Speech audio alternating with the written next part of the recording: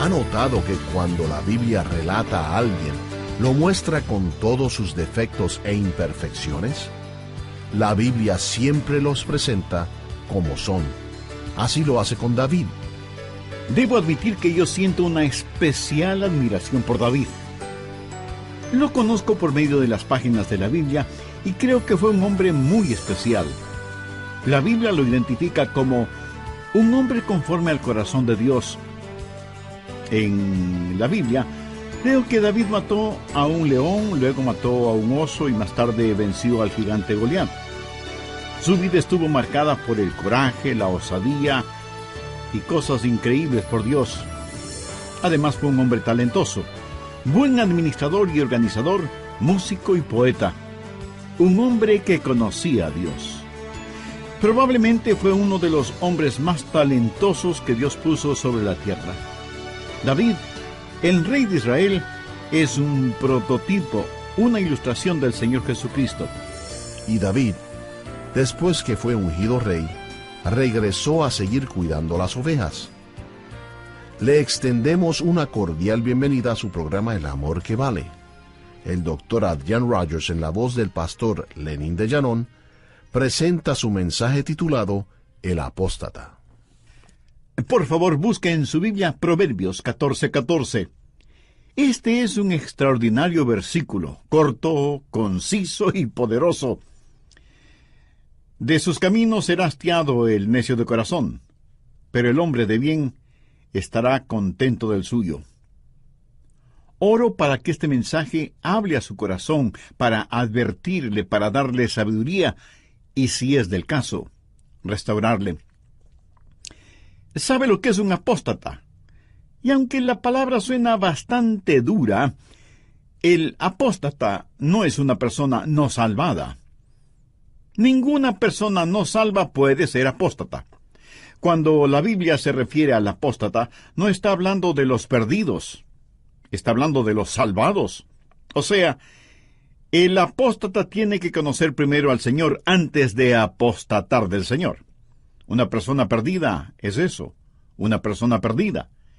Pero no es apóstata porque nunca conoció al Señor. La persona apóstata es una persona salvada, pero que está fuera de la comunión con Dios. Así que bien pudiera ser que este mensaje sea para usted. No lo sé, pero Dios lo sabe. A esta clase de personas se refiere Proverbios 14:14 al decir: de sus caminos será hastiado el necio de corazón, pero el hombre de bien estará contento del suyo. Al preparar este mensaje, de rodillas tuve que preguntarle al Señor: querido Jesús, ¿te amo con todo el corazón? ¿Tengo en mi vida algún pecado no confesado y no arrepentido? Amiga, amigo, yo sería totalmente un necio trayendo este mensaje sobre los apóstatas y ser uno de ellos. Para entender mejor este proverbio, busquemos una ilustración bíblica que clarifique el asunto. Busque 2 de Samuel. Y lo que buscamos está en los capítulos 11 y 12.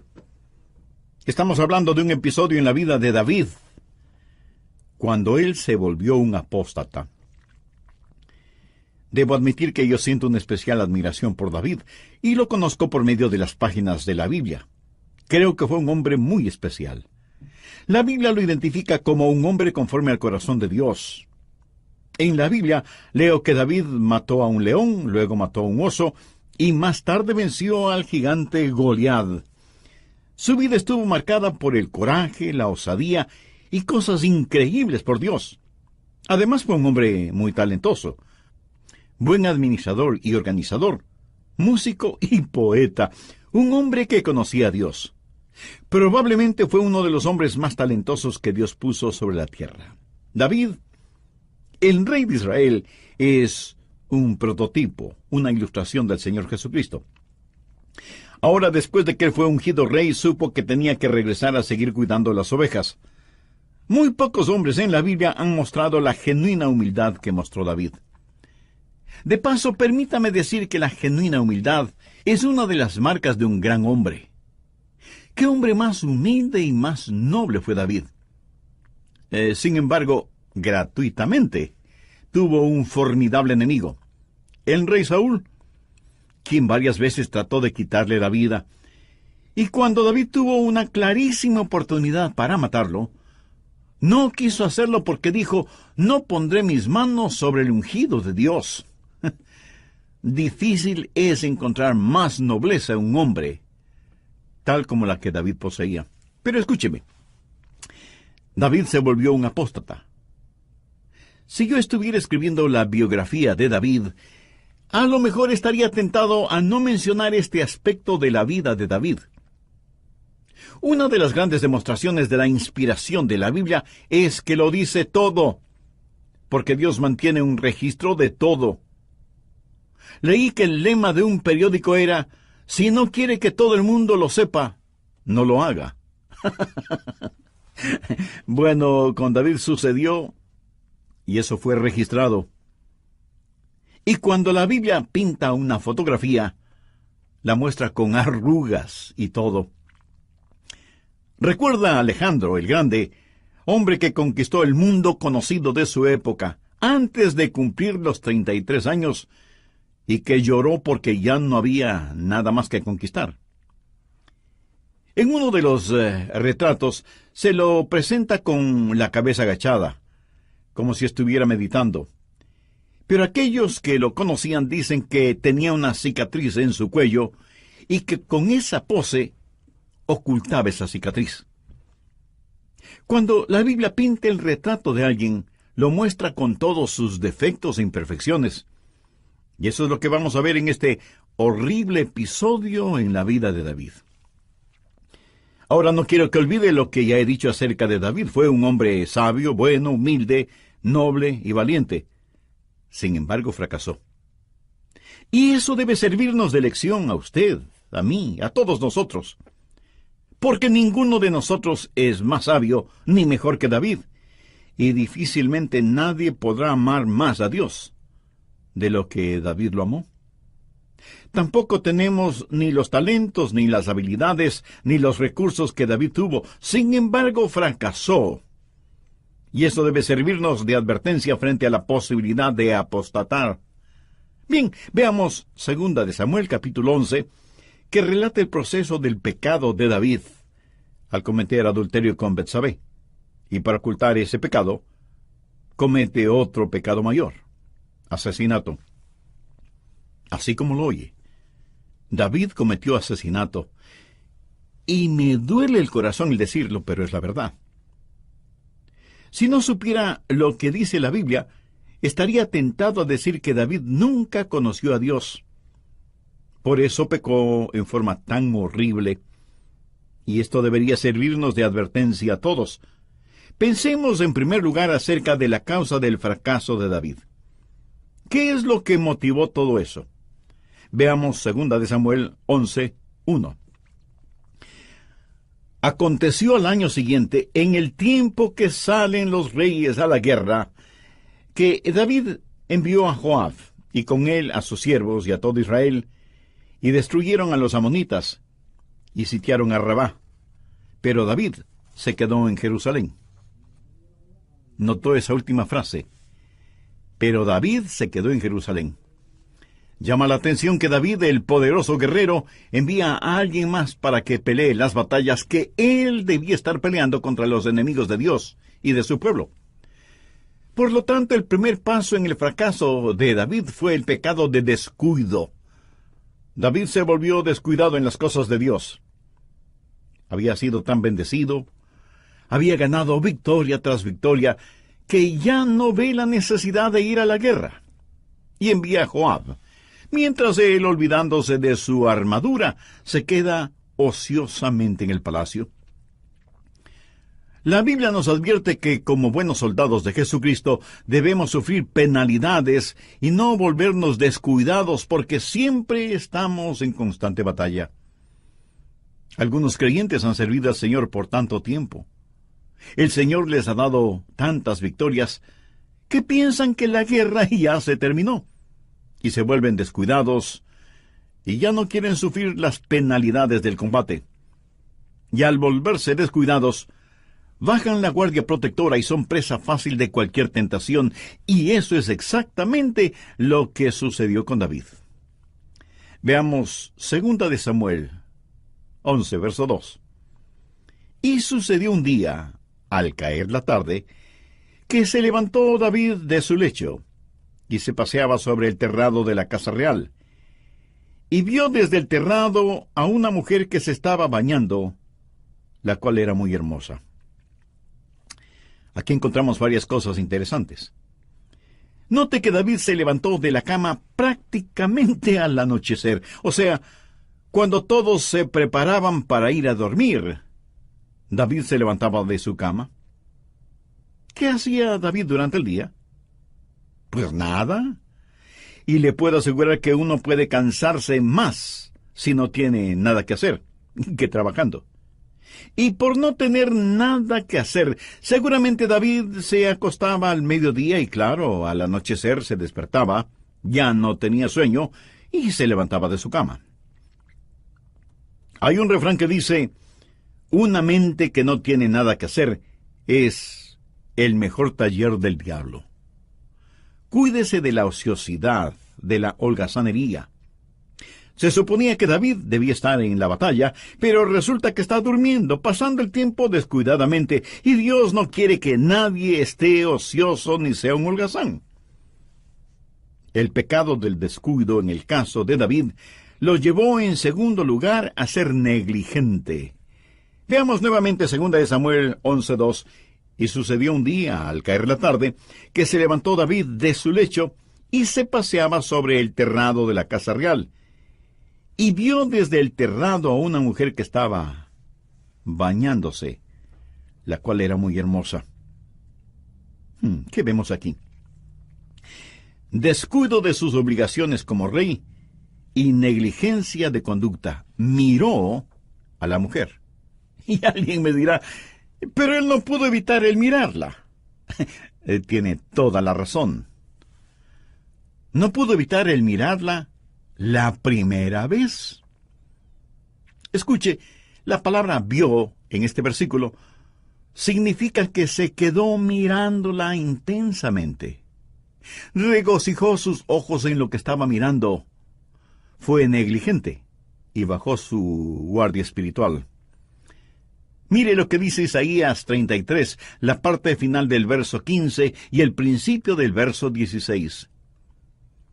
El que cierra sus ojos para no ver cosa, éste habitará en las alturas. Mi amigo, hay veces cuando usted tiene que tapar sus oídos y cerrar sus ojos. Usted no puede mirar algo negativo sin que le afecte. Usted no puede mirar a una mujer y codiciarla sin que esto le afecte. David no tiene ni la menor idea de lo que va a pasar.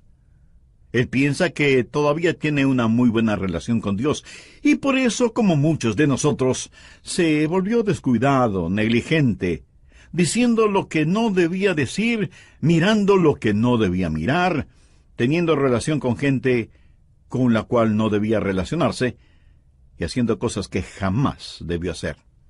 Tenemos entonces, primero, el pecado del descuido. Segundo, el pecado de la negligencia. Y tercero, el pecado de la compulsión. 2 de Samuel 11:3. Envió David a preguntar por aquella mujer y le dijeron: aquella es Betsabé, hija de Elián, mujer de Urías, heteo. Dejemos en claro lo siguiente. David no planificó todo esto. Vio a esta hermosa mujer, preguntó quién era, actuó por compulsión y de pronto se encuentra adulterando con esa mujer. Si una hora antes de que él se paseara por el terrado de su casa, alguien le hubiera dicho que iba a adulterar, David probablemente se hubiera enfurecido. Quiero que note cómo Satanás empujó a David poco a poco hasta que se volvió un apóstata. Primero descuido, luego negligencia, y por último compulsión. Sabía que en cada persona hay 3 personas. La persona que usted es este momento, la persona que podría ser para Dios y la persona que podría ser para el diablo. Muchos de nosotros no pensamos en la propensión hacia el mal que hay en nuestro corazón. Muchos no nos damos cuenta de las profundidades de la depravación a las que podemos llegar, aun siendo hijos o hijas de Dios. Y no faltará alguno que con cierto orgullo me diga: yo no, pastor. Permítame hacerle una pregunta. ¿Es usted mejor que David? David fue uno de los hombres más grandes que han vivido, pero se volvió descuidado y negligente en su caminar y relación con Dios. Dio por descontado que Dios le seguiría dando victorias. Dejó de lado las cosas de Dios y se volvió indolente, indiferente y holgazán. Compulsivamente hizo algo por lo cual tuvo que arrepentirse toda su vida. Ahora quiero que note que este acto compulsivo de David hizo que se volviera duro y hasta cruel. Betsabé quedó embarazada, y David sabe que tiene que ocultar su pecado. Ya sabe que Betsabé está casada con Urías, el heteo, quien está en el frente de combate dirigiendo el ejército de David. Así que David planifica el traer a Urías para que pase unos días con su esposa.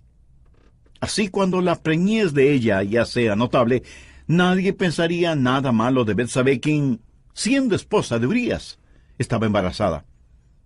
Pero este plan de David fracasó. Urías era tan leal a David que cuando le trajeron del frente de batalla, en vez de ir a su casa y pasar la noche con su mujer, se durmió junto a la puerta del dormitorio de David para proteger a su rey. David intentó otras cosas, tratando de que Urías fuera a pasar con Betsabé, pero nada dio resultado.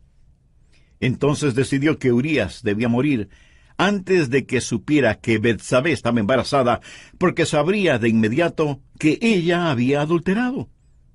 Así que David llamó a Joab, el comandante de sus tropas, y le ordenó que pusiera a Urías en el sitio más peligroso del combate, y que cuando Urías estuviera peleando contra los enemigos, Joab debía retirar sus tropas y dejar a Urías completamente solo para que los enemigos lo mataran.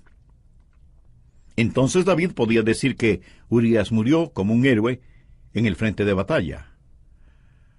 Lo verdaderamente trágico de todo esto es que Urías era amigo de David, y como jefe de las tropas del rey, debería haber contado con la protección de David, pero no fue así. Escúcheme, cuando David cometió adulterio con Betsabé, ese fue un pecado de sangre caliente, por así decirlo. Pero cuando ordenó la muerte de Urías, ese fue un pecado a sangre fría. El primero fue un pecado de compulsión. El segundo fue un pecado de depravación, de callosidad espiritual. Esa fue la causa de la apostasía de David. Ahora veamos el costo de esa apostasía. Busque Proverbios 28:13. El que encubre su pecado no prosperará, mas el que lo confiesa y se aparta, alcanzará misericordia. Hubiera sido extraordinario que David, tan pronto como pecó de esa manera, se hubiera acercado y arrepentido, hubiera pedido perdón y misericordia, pero no fue así. Su corazón estuvo encallecido por su pecado y pasó todo un año sin confesar su pecado, todo un año tratando de ocultar su pecado. Busque el Salmo 32:1.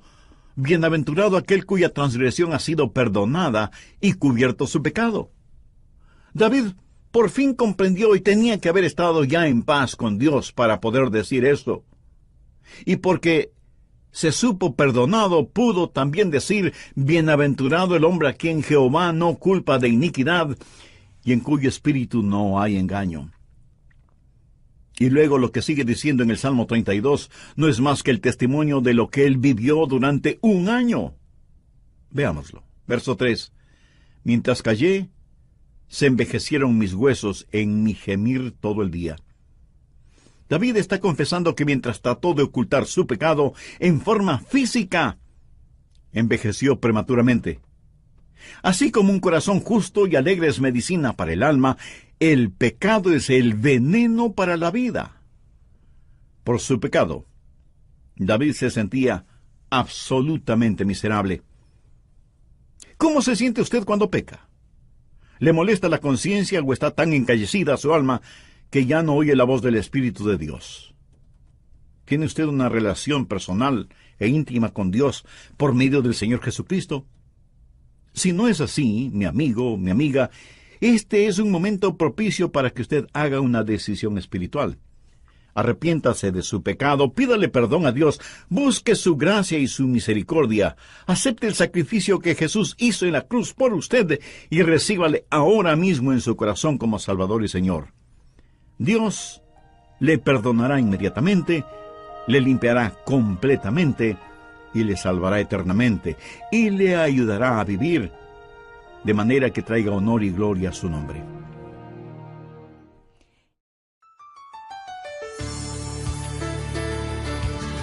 ¿Sabe usted lo que significa la palabra desolación? Significa quedarse solo. Seguramente lo que voy a decir no será del agrado de todos. Algunos de ustedes están viviendo en adulterio y en declarada pecaminosidad delante de Dios. Y dicen, bueno, si David pecó como pecó y sin embargo fue al cielo, lo mismo pasará conmigo. ¿Cierto? Lo mismo pasará con usted si es que experimenta lo mismo que experimentó David. Profundo y sincero arrepentimiento. David tuvo un corazón quebrantado y aunque trató de ocultar su pecado exteriormente, interiormente su culpa le estaba carcomiendo. Por eso su gemir de día y de noche. Cuando Dios le salva, Dios no hace algo para que no pueda pecar más, sino que le quita el gozo que antes sentía por el pecado. Le quita la satisfacción que sentía por los placeres pecaminosos. Bienvenidos a El Amor que Vale. Amigo, si usted se pregunta si la desolación verdaderamente podrá suceder, le diré que sí. Dios dijo en Génesis capítulo 6, versículo 3, «No contenderá mi espíritu con el hombre para siempre». Hoy en la voz del pastor Lenín de Llanón, el doctor Adrian Rogers nos concluye su estudio bíblico, La llamada final de la sabiduría. Voy a hacer un breve resumen del mensaje anterior. Estamos estudiando un muy triste episodio en la vida del rey David. Como base bíblica estoy utilizando Proverbios 14:14 y los capítulos 11 y 12 de Segunda de Samuel. Vimos que el primer paso en el fracaso de David fue el pecado de descuido. David se volvió descuidado en las cosas de Dios. El segundo paso en el fracaso de David fue el pecado de la negligencia. Al descuidar sus obligaciones como rey, se volvió negligente en su conducta. El tercer paso en el fracaso de David fue el pecado de compulsión. Sin embargo, en el Salmo 32 encontramos el quebrantamiento que experimentó David. Bienaventurado aquel cuya transgresión ha sido perdonada y cubierto su pecado. Bienaventurado el hombre a quien Jehová no culpa de iniquidad y en cuyo espíritu no hay engaño. Y en el versículo 3 David declara, mientras callé, se envejecieron mis huesos en mi gemir todo el día. Por su pecado, David se sentía absolutamente miserable. Bien, continuemos con el material para hoy. Verso 4. Porque de día y de noche se agravó sobre mí tu mano. David reconoce que Dios lo tuvo en su puño. Lo puso bajo profunda convicción. Permítame decirle que si usted se ríe y no le da importancia a su apostasía, es porque nunca ha sido salvo. David dice, se volvió mi verdor en sequedad de verano. ¿Sabe lo que eso significa? Que él se sentía árido y seco espiritualmente. Se sentía como reseca arena del desierto. en urgente necesidad de un oasis. Y aunque muchas veces los apóstatas se ríen de su apostasía, David no lo hizo, porque para él todo este asunto fue verdaderamente serio. Si usted está bien y en paz con Dios, ha sido salvado y es hijo o hija de Dios, nacido de nuevo, usted no puede vivir alejado de Dios. Dios no abandonó a David, a pesar de su pecado. Por un año David había tratado de ser más listo que Dios, y lo único que consiguió fue envejecer prematuramente. Pero cuando sintió la disciplinadora mano de Dios sobre él, y sintió la avidez interna de su alma, supo que ya no tenía comunión con Dios. Por lo tanto, se sintió el hombre más miserable sobre la faz de la tierra. Era un hombre salvado, pero sin la comunión con Dios. Ese fue el costo de la apostasía de David. Terrible precio a pagar por unos instantes de placer sexual. Ahora quiero que veamos la crisis en la apostasía de David. Dios provocó una crisis en la vida de David y lo hará también en su vida. Si usted es un hijo o una hija de Dios, 4 cosas le sucedieron a David y que pueden sucederle a usted también. Primero, convicción. El Santo Espíritu de Dios habló y trajo convicción al corazón de David.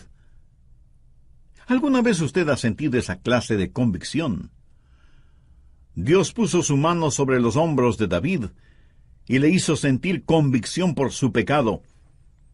Ahora, el momento que Dios pone esa convicción en nosotros, si somos sabios, confesaremos nuestro pecado delante de Dios. Mire lo que dice 1 Corintios 11, en paráfrasis mía. Si nos juzgamos a nosotros mismos, no seremos juzgados por los demás.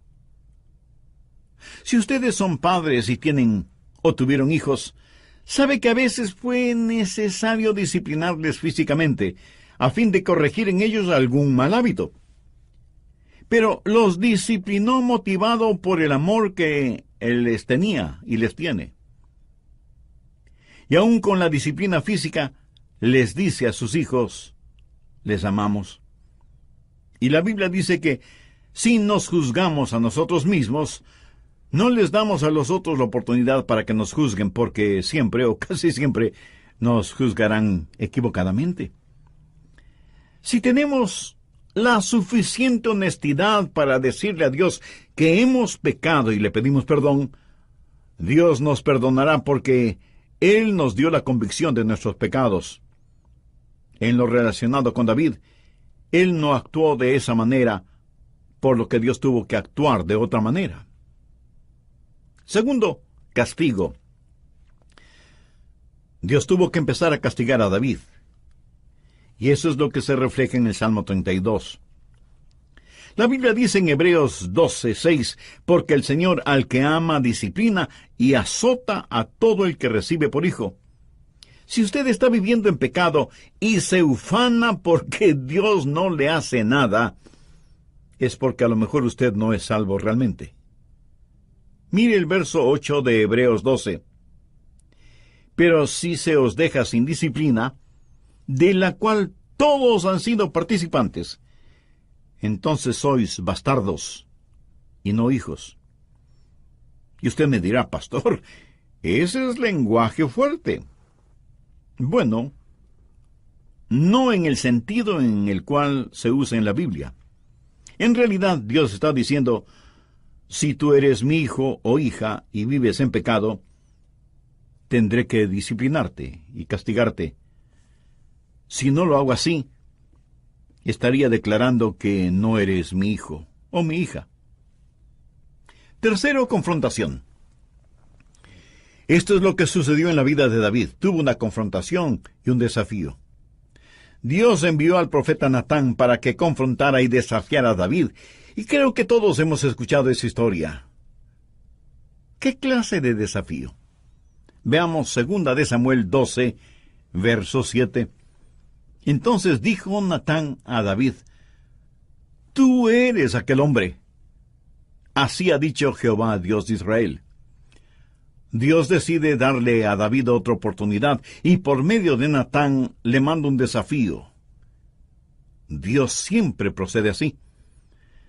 Dios le mandará a usted un desafío por medio de su cónyuge, o una canción, o un accidente, o alguna otra circunstancia. Este mensaje que está escuchando pudiera ser el desafío que Dios le está mandando a su vida por medio del que le dice, hasta aquí y no más. Si usted desobedece el desafío, Dios pudiera quitarle la vida. Un apóstata no puede vivir en su apostasía perpetuamente. Segunda de Samuel 12, verso 13. Entonces dijo David a Natán, pequé contra Jehová. Y Natán dijo a David, también Jehová ha remitido tu pecado. No morirás. Deseo que note algo. Si David no se hubiera arrepentido ese momento, hubiera muerto. Ha leído en la Biblia la historia de Balaam. Fue un profeta que no hizo la voluntad de Dios, y estaba montado en su asno. Y el asno vio en el camino a un ángel de Dios, y se asustó y presionó la pierna de Balaam contra las rocas, lastimándole. Balaam se disgustó tanto por esto que comenzó a golpear muy fuertemente al pobre animal. Dios le dio al asno el poder sobrenatural para hablar. Y el asno le dijo a Balaam, ¿por qué me golpeas? ¿Acaso no te he servido fielmente? Y en ese momento los ojos del profeta fueron abiertos y pudo ver al ángel que estaba en medio del camino con una espada desenvainada. Y el ángel le dijo al obstinado profeta, si hubieras avanzado un poco más, te habría matado. Mi amigo, un hijo o una hija de Dios solo puede avanzar hasta cierto punto antes de enfrentar la muerte. Anote 1 de Juan 5, 16. Si alguno viene a su hermano cometer pecado que no sea de muerte, pedirá, y Dios le dará vida. Esto es para los que cometen pecado que no sea de muerte. Hay pecado de muerte por el cual yo no digo que se pida. Hay pecado de muerte. Un apóstata solo puede llegar hasta determinado punto antes de que Dios le llame. Una madre puede llevar a su pequeño hijo a una fiesta de cumpleaños y estando allí, el muchacho empieza a abrir los regalos que no le pertenecen, ala el pelo de las niñas, dice malas palabras y así por el estilo, y aunque su mamá trata de corregirle, él se comporta pésimamente. ¿Qué hará esa madre? Le dirá a su hijo, vamos a casa. No voy a permitir que sigas portándote mal y avergonzándome. ¿Sabe? Eso es exactamente lo que Dios hará con algunos de sus hijos o hijas. Dios dirá, se te acabó la fiesta, vamos a casa. No voy a permitir que te sigas portando mal. Y usted tendrá que responder por su comportamiento cuando esté frente al tribunal de Cristo. La Biblia dice que hay un pecado de muerte. David no llegó hasta ese punto porque él confesó su pecado. Si no lo hubiera hecho así, hubiera muerto tal y como el profeta se lo había dicho. Usted dice que es un hijo o una hija de Dios. Dice que es salvo y nacido de nuevo. Pero si usted vive habitualmente pecando, entonces usted es un apóstata. Y si no recibe ninguna disciplina por parte de Dios, entonces ni siquiera es salvo. Y por lo tanto su destino eterno será la condenación. Y alguien me dirá, Pastor Rogers, eso suena bastante fuerte. Mi amigo, quiero que sea fuerte, porque tengo la impresión de que las iglesias están llenas de paganos bautizados que nunca han nacido de nuevo, pero que creen que van rumbo al cielo. A quien el Padre ama, lo disciplina y azota. Y esto no es un invento mío, Dios lo dice así en su palabra. Hace algún tiempo atrás, mi esposa y yo estuvimos en una conferencia en la Florida. Como estuvimos en 2 sesiones diferentes, ella me invitó para que escuchara al predicador. Extraordinario predicador. Sin embargo, cayó en el mismo pecado que David, y algunos pastores nos reunimos para orar por él y con él. Sin embargo, él se obstinó en su pecado y endureció su corazón a la voz de Dios. Y presentimos que algo iba a suceder con él. Días después supimos que mientras él estaba de pie junto a su auto, vino otro vehículo a toda velocidad, chocó violentamente contra su carro y le quitó la vida. Un hombre de Dios que había apostatado de Dios. Amigo, usted no puede jugar de esa manera con Dios. He conocido a muchos que fueron llamados a la presencia de Dios habiendo desafiado a Dios y sin arrepentirse. ¿Qué pasó con la apostasía de David? Por favor, busque el Salmo 89. Lo escribió David, porque él sabía que Dios era un Dios que respetaba los pactos. En este salmo, David habla de la manera en que Dios trata a aquellos que le aman. Desde el verso 30. Si dejaren sus hijos mi ley, y no anduvieren en mis estatutos, si profanaren mis juicios y no guardaren mis mandamientos, entonces castigaré con vara su rebelión y con azotes sus iniquidades. Ahora ponga atención a lo que dice desde el verso 33. Mas no quitaré de él mi misericordia, ni falsearé mi verdad. No olvidaré mi pacto, ni mudaré lo que ha salido de mis labios. Una vez he jurado por mi santidad, y no mentiré a David. Está hablando del pacto que Dios hizo con David y sus descendientes, que heredarían la tierra. Permítame decirle que Dios hace un pacto mucho más grande con sus hijos cuando ponemos nuestra fe en el Señor Jesucristo. Y si desobedecemos, nos volvemos contra su ley. Si apostatamos, Dios nos hará sentir su vara disciplinaria, y hasta es posible que vayamos rumbo a la eternidad, más pronto de lo que esperábamos. Pero cuán bueno es saber que si confesamos nuestros pecados, Él es fiel y justo para perdonar nuestros pecados y limpiarnos de toda maldad. Permítame terminar contándoles una historia verídica. Hace muchos años, un joven príncipe de la India le regaló a la reina Victoria de Inglaterra lo más valioso que él tenía: el diamante Koh-i-Noor, que es probablemente el más famoso diamante en la historia. Tenía el tamaño de un puño de un hombre con 186 carates. Era un diamante perfecto. Se lo puso junto con las otras joyas de la corona en la Torre de Londres. Más tarde, cuando ese joven príncipe ya era todo un hombre, fue a Inglaterra a visitar a la reina.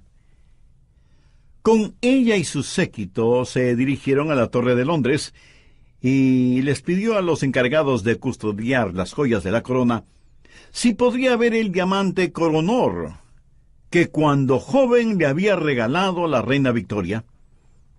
La reina consintió en ese pedido y el príncipe pidió que por favor pusieran ese diamante en sus manos. Los guardianes, un tanto recelosos, miraron a la reina como pidiendo aprobación. Ella, con una sonrisa, les dijo que sí.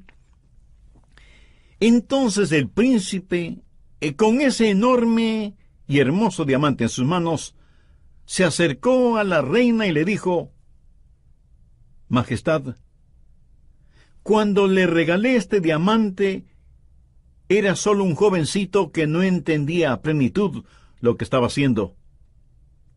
Pero lo hice con la sinceridad y el corazón de un niño. Pero ahora que soy un hombre, sabiendo completamente el significado de lo que estoy haciendo, vuelvo a dárselo como mi tributo de admiración y respeto. Qué cosa más hermosa. Yo creo que muchos entregan su corazón a Cristo siendo niños. Son sinceros en eso. Pero me pregunto si no habrá entre nosotros quien le gustaría decir: Señor Jesús, a lo mejor estoy tratando mi relación contigo muy a la ligera, de forma muy casual. A lo mejor doy por sentado que lo que hice de niño o jovencito inmaduro es más que suficiente. Pero ahora, Señor Jesús, con todo mi corazón, sabiendo a plenitud lo que hago, toma lo más precioso que tengo, mi propia vida, mi alma, mi todo. Te lo entrego a ti. Acepta mi vida, Señor, y séllala por toda la eternidad. ¿Sabe? Eso es lo que yo hice muchos años atrás, y jamás me he arrepentido, ni por una milésima de segundo, de haber entregado mi corazón, mi alma, mi mente, todo mi ser, a mi amoroso Salvador y Señor Jesucristo. Mi amigo, mi amiga, no comete el pecado de descuidar su vida espiritual, su relación interna, íntima, con Dios. David lo hizo y se volvió descuidado, cediendo a las demandas sexuales de su cuerpo que a las demandas espirituales de su alma. Esto dio como resultado el encallecimiento de su espíritu hasta el punto de volverse cruel y depravado. Si usted está consciente de que está tratando en forma muy descuidada y casual su relación con Dios, o si usted no tiene ninguna relación espiritual con Dios, ¿por qué no cambiar ahora mismo su manera de pensar y su forma de vivir? Usted puede ser salvo este momento si en serio desea hacer una decisión espiritual. Le voy a guiar en una corta oración. Repítala con sus propias palabras, en voz baja o en voz alta o silenciosamente si lo desea. Pero ore con sinceridad. Diga: querido Dios, sé que soy pecador, sé que estoy perdido y necesito ser perdonado y salvado. Señor Jesús, reconozco que derramaste tu preciosa sangre y diste tu propia vida en la cruz del Calvario para pagar la deuda de mis pecados, para perdonarme y para salvarme.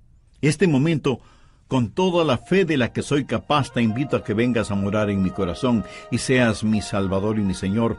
Toma el control total de mi vida. Lo pido en tu santo nombre. Amén.